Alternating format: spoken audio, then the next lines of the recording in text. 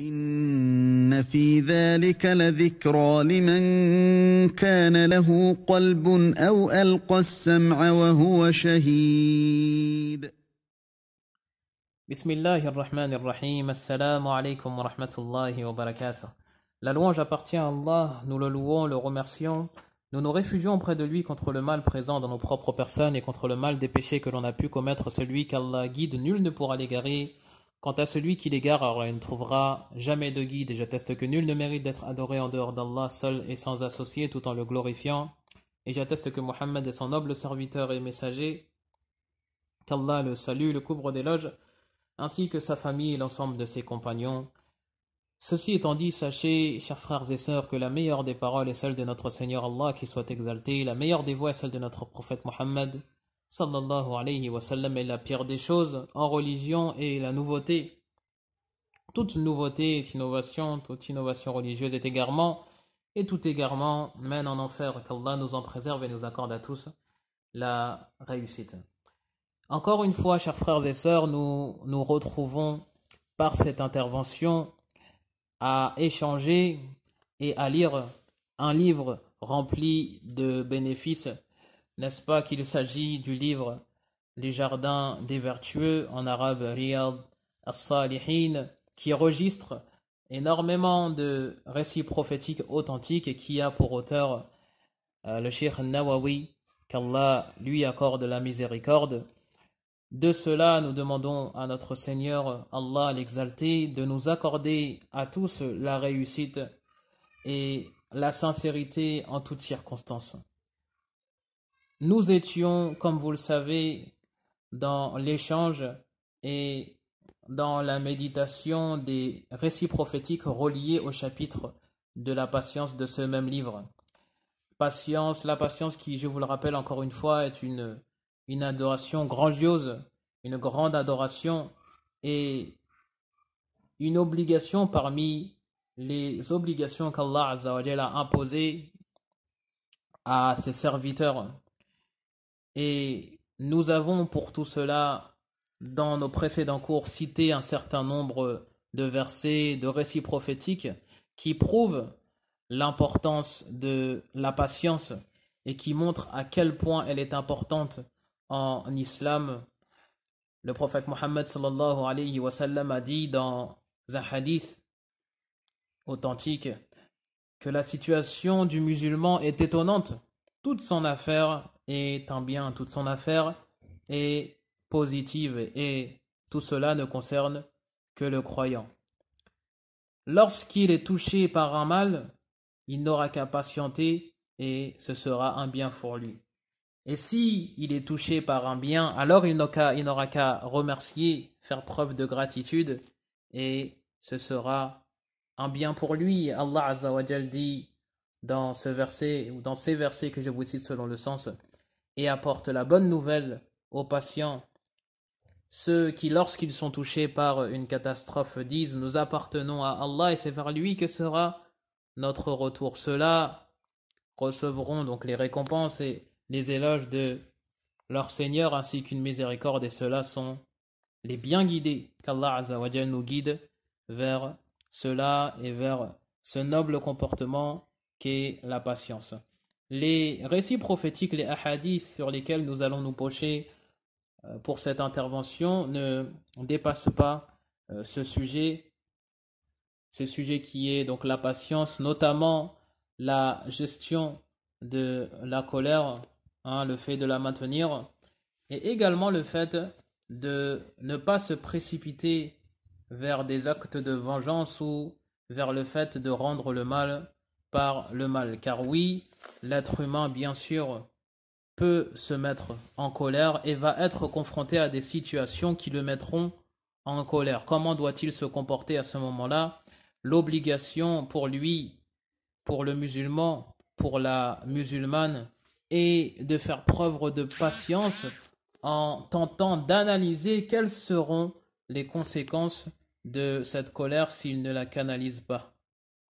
Tout cela dans le but d'obéir à Allah, qu'il soit exalté, de suivre la voie du prophète Mohammed sallallahu alayhi wa sallam, et bien sûr de ne pas tomber dans les actes interdits, dans les péchés qu'Allah Azza wa Jal a établis. Et sache avec certitude qu'Allah Azza wa Jal t'accorde la réussite, que la fin de celui qui ne contient pas sa colère, celui qui ne patiente pas, ne sera que tristesse et regret, tandis que celui qui patiente et espère la récompense d'Allah dans ce comportement, alors sa fin ne sera que joie, bonheur et augmentation en degrés auprès d'Allah. Qu'Allah nous guide. Et la patience, comme vous le savez, est une caractéristique parmi les caractéristiques des pieux, des personnes qui pratiquent la piété. Elle est une qualité parmi les plus belles, les plus élogieuses. C'est pour ces raisons qu'Allah Azza wa Jal dit dans un verset que je vous cite selon le sens: Allah donnera certes la récompense aux patients de façon complète et sans compter. Et dans un autre verset, il dit, selon le sens rapproché, et précipitez-vous vers le pardon de votre Seigneur et un jardin large, c'est-à-dire le paradis comme les cieux et la terre qui est préparée pour les pieux. Ceux qui dépensent alors qu'ils sont dans une bonne situation et dans l'adversité, dans la difficulté. Ceux qui dominent leur colère, leur rage profonde et pardonnent à autrui. Car Allah Azza wa Jal aime ceux qui pratiquent le bien. Et n'oubliez pas le hadith que l'on a cité la semaine dernière lors de notre cours, un hadith de Mu'adh ibn Anas, qu'Allah soit satisfait de lui, qui raconte que le prophète Mohammed sallallahu alayhi wa sallam a dit: celui qui contient sa rage, sa colère profonde, alors qu'il est en pleine capacité de la laisser sortir, de la laisser exploser, alors Allah Azza wa Jal l'appellera au jour de la résurrection pour l'honorer devant toutes les créatures, et en récompense de cela le laissera choisir parmi les houris aux grands yeux ceux qu'il voudra. Chers frères et sœurs, la patience a donc une grande importance. Et le musulman, en toutes circonstances, doit pratiquer cette adoration en espérant gagner la récompense d'Allah subhanahu wa ta'ala. Le hadith d'aujourd'hui, le premier, comme je vous l'ai dit, ne sort pas de ce sujet. C'est un hadith de Abu Huraira, qu'Allah soit satisfait de lui. Il dit que le prophète Mohammed, l'envoyé d'Allah sallallahu alayhi wa sallam, a dit: le croyant et la croyante ne cessent d'être éprouvés dans leur corps, leurs enfants et leurs biens, jusqu'à ce qu'ils rencontrent Allah subhanahu wa ta'ala sans avoir à répondre d'aucun péché. Imaginez-vous le bienfait qu'Allah nous accorde de cela. Et le hadith est rapporté par l'imam At-Tirmidhi et sa chaîne de transmission est authentique. Vous le savez, chers frères et sœurs, qu'Allah vous accorde la réussite. L'être humain est éprouvé dans sa vie. Parfois, il est éprouvé dans son corps par une maladie, parfois il est éprouvé par rapport à son enfant ou encore par rapport à ses biens, son argent et ainsi de suite. La base étant que l'homme doit faire preuve de patience face à tout cela. Il doit espérer cette récompense d'Allah. Allah, notre Seigneur, qui n'est autre que celui qui a promis à ceux qui sont patients une énorme récompense. C'est la promesse d'Allah et Allah ne faillit jamais à sa promesse. Et il faut que tu saches également, chers frères, chères sœurs, que dans ta patience, tu trouveras, avec la permission d'Allah, une cause qui effacera tes péchés et tes erreurs. Nous apprenons cela dans le hadith que l'on a cité il y a peu, celui de Abu Huraira. mais également dans cette parole du prophète Mohammed sallallahu alayhi wa sallam que nous avions déjà lu dans ce même chapitre, un hadith authentique où le prophète Mohammed sallallahu alayhi wa sallam dit: il n'est pas une fatigue ou une maladie ou un souci ou une peine ou un mal ou encore une angoisse qui touche le musulman jusqu'à l'épine qui le pique sans qu'Allah subhanahu wa ta'ala, qui soit exalté, ne lui efface à cause de tout cela une partie de ses péchés. Donc le musulman, comme je vous l'ai dit encore une fois, doit patienter. C'est un conseil que je me donne à moi-même ainsi qu'à vous, qu'Allah Azza wa Jal renforce nos cœurs vers la vérité. Le deuxième hadith que nous allons lire aujourd'hui, ou que nous allons tenter de résumer, je vous laisserai revenir vers la lecture directe de ce hadith. Il est question du numéro 50 du chapitre de la patience. Donc ce récit, chers frères et sœurs, relate une histoire. Cette histoire a eu lieu à l'époque du califat de Omar, ce noble compagnon, ce calife, qu'Allah lui accorde la miséricorde et qu'Allah soit satisfait de lui. Cette histoire relate une scène qui a eu pour acteur, pour participant, Uyayna ibn Hisn, qui était un haut responsable parmi les hauts responsables d'une tribu, parmi les tribus de l'époque, la tribu ou les tribus des Arabes. Il y avait bien sûr Omar, qu'Allah soit satisfait de lui, et le neveu de Uyayna, qui n'était autre que Al-Hurr ibn Qais. Donc dans l'histoire, Uyayna est allé à la rencontre de Omar, qu'Allah soit satisfait de lui. Comment a-t-il fait pour aller à sa rencontre? Omar était donc l'émir, je vous le rappelle. Donc, c'était une personne déjà donc très importante aux yeux donc de la communauté de l'époque, sans compter bien sûr son statut en islam. Comment Uyayna a-t-il fait pour avoir cette entrevue? Il s'est rapproché de son neveu Al-Hurr ibn Qais, qui était l'un des rapprochés de Omar. Donc Hurr, le neveu de Uyayna, était parmi les proches de Omar. Qu'Allah soit satisfait de lui. Et Al-Hurr, le neveu de Uyayna, était également parmi les savants. C'était une personne de science. Donc Uyayna demanda à son neveu: tu es proche de Omar, tu fais partie donc des hauts placés, peux-tu demander à Omar de m'accorder une entrevue? Al-Hurr, désolé, s'exécuta et réclama cette interview pour Uyayna, son oncle, à Omar, qu'Allah soit satisfait de lui, qui lui accorda. Et lorsque vint le jour de cette rencontre, Uyayna s'est donc approché de Omar en le saluant et il lui a avancé une parole incroyable. Il dit à Omar, qu'Allah soit satisfait de lui: ô Omar, prends garde à toi. Par Allah, tu ne nous donnes pas des choses en abondance, en nombre, dans le sens où Omar ne serait pas assez généreux dans les dons. C'est-à-dire que Omar, dans cette parole, ne donnait pas assez à la communauté d'Uyayna.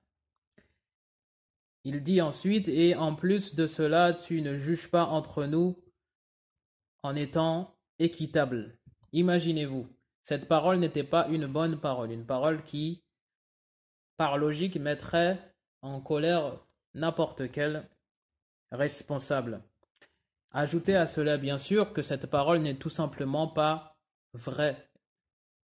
Elle est éloignée de toute vérité concernant Omar qu'Allah soit satisfait de lui dans son rôle de calife.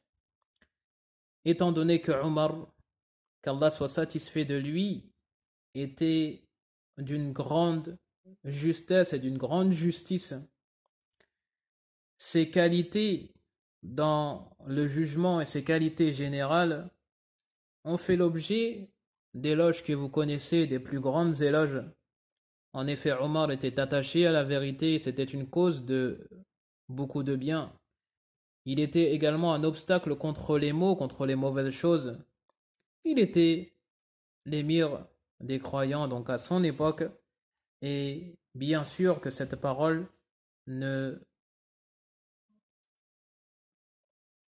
n'était pas convenable. Le fait est que Omar, après avoir entendu cela, s'énerva jusqu'à vouloir donc frapper ou du moins sanctionner fortement Uyayna à cause de cette parole. Et ce sur quoi nous allons nous concentrer dans ce hadith, la partie reliée à la patience et ce que Al-Hurr a dit à Omar à ce moment donc des plus tendus. Il dit à Omar, donc Al-Hurr, le neveu de Uyayna, ô Émir al-Mu'minin, ô toi, donc l'émir des croyants, ne sais-tu pas qu'Allah Azza wa Jal a dit à son prophète que la paix et le salut soient sur lui, khudh al-'afw wa'mur bil-'urf wa'arid 'anil jahilin. Donc il lui récita ce verset que je vous cite selon la traduction rapprochée, ne sois pas trop exigeant, ordonne na'am les bonnes choses, le bon comportement et éloigne-toi, détourne-toi des personnes ignorantes.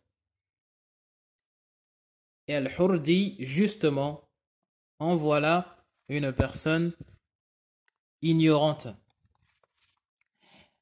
Quelle a été la réaction de Omar après avoir entendu ce rappel de la part de Hurr? Sa réaction a été, comme tout à son honneur, très très positive et un exemple à suivre. Après ce rappel, il a tout simplement pardonné à Uyayna le fait d'avoir prononcé cette parole mensongère et cette parole naam, mauvaise. Il est passé au-dessus de cette parole et naam, s'est tranquillisé. Et par Allah, chers frères et sœurs, ce comportement n'est pas étonnant venant de Omar. Nous parlons de Omar ibn al-Khattab, ce noble calife, ce noble compagnon, qu'Allah soit satisfait de lui, l'émir des croyants. Et Allah Azza wa Jal a dit à propos des croyants, et bien sûr que Omar est en droit de recevoir cet éloge, qu'Allah soit satisfait de lui. Allah Azza wa Jal dit, je vous cite le verset selon le sens rapproché, les vrais croyants sont ceux dont le cœur vibre lorsqu'ils entendent le rappel d'Allah. Allah Azza wa Jal dit dans un autre verset, n'est-ce pas que par le rappel d'Allah les cœurs s'apaisent? Dans un autre verset, Allah Azza wa Jal dit, certes ceux qui craignent Allah, lorsqu'une incitation du diable les touche, tout de suite ils se rappellent et tu les retrouves clairvoyants. Qu'Allah Azza wa Jal nous guide tous et nous accorde la patience et la réussite en toutes circonstances. Ce hadith est très important. Il contient énormément de leçons profitables. Pour faire court, parmi ces leçons profitables et parmi les bénéfices de ce hadith, il y a le mérite de ce noble compagnon Omar qui est clairement affiché dans cette histoire. Aucun doute, sur le fait que Omar était attaché, des plus attachés, comme cela est venu à la fin du hadith, à l'application stricte des ordres du Coran et des ordres du prophète Mohammed sallallahu alayhi wa sallam. Dans ce hadith, il y a également, chers frères et sœurs, une incitation claire à suivre ce comportement dans la patience de Omar radiyallahu anhu, particulièrement lorsqu'on est confronté à une situation qui nous énerve ou qu'une personne ayant des responsabilités plus ou moins grandes, comme les responsables des pays et ainsi de suite, ou à plus bas niveau, ce hadith démontre à quel point nous devons faire preuve de patience et à quel point donc les responsables doivent faire preuve de patience en espérant la récompense d'Allah subhanahu wa ta'ala. Allah azza wa jal dit dans le verset: et quiconque pardonne et réforme, alors sa récompense ne dépend qu'Allah. Certes, Allah n'aime pas les personnes injustes. Allah azza wa jal dit dans un autre verset: wa an ta'fu aqrabu lit-taqwa, et si vous pardonnez, alors cela sera plus proche encore de la pratique de la piété. Allah azza wa jal dit dans un autre verset selon le sens rapproché: et nous n'avons créé les cieux et la terre et ceux qui est entre eux que pour une bonne raison, et l'heure, le jour de la résurrection, arrivera sans nul doute. Pardonne donc d'un bon pardon, donc pardonne-leur d'un beau pardon. Voilà quel doit être le comportement du responsable et notre comportement de façon générale. Nous devons également de patienter sur 3 choses. Patienter sur l'obéissance d'Allah, qu'il soit exalté. Patienter quant au fait de s'éloigner des péchés, de ses interdits, des interdits de notre Seigneur. Nous devons également de patienter face au destin et aux épreuves reliées à celui-ci qui nous touchent et qui nous toucheront. Et il est également un devoir pour nous de patienter face au comportement de ceux qui sont sous notre responsabilité, justement, parmi nos fils, parmi nos filles, parmi nos frères, nos sœurs, parmi nos parents. Nous devons de patienter sur le comportement parfois de nos pères et de nos mères, ou de nos frères en islam, ou de nos sœurs, car toutes les personnes que j'ai citées sans exception ne sont que des hommes, ne sont que des êtres humains. Ils vont se tromper comme nous pouvons nous tromper, ils se tromperont comme nous tromperons, et nous commettrons des fautes dans le futur. Si nous voulons réussir, il faudra donc, patienter, chers frères et sœurs. J'incite ma propre personne à le faire, ainsi que vos personnes, car Allah azza wa jal est avec les patients. La conclusion, chers frères et sœurs, est maintenant. Nous allons nous contenter, Inch'Allah, de citer ces 2 hadiths, d'expliquer donc ces 2 hadiths, ces 2 récits prophétiques. Il était question du hadith numéro 49 et 50 du chapitre de la patience.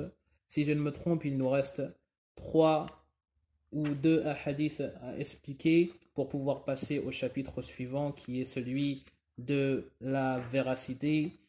Entre-temps, nous demandons à Allah qu'il soit exalté de nous accorder à tous la patience, la sincérité, une science utile et des œuvres pieuses. Le programme reprendra son rythme normal la semaine prochaine, Inch'Allah. Je m'excuse pour les absences de cette semaine, du mercredi et du vendredi. Donc les cours, comme habituellement, seront le mercredi à 19h30, Inch'Allah, pour le fiqh, le vendredi 19h30 pour Riyad al-Salihin, et le dimanche pour les cours de Aqidah, de croyance, de dogme, le dimanche donc à 19h30, Inch'Allah, en direct sur la radio et ensuite retranscrit et enregistré dans la chaîne de Telegram. Allah Azza wa Jal est le plus savant, et que le salut et l'éloge soient sur notre prophète Muhammad ainsi que sur sa famille et l'ensemble de ses compagnons. Wa akhiru da'wana alhamdulillahi rabbil alamin. Wassalamu alaykum wa rahmatullahi wa barakatuh. حياكم الله جميعا.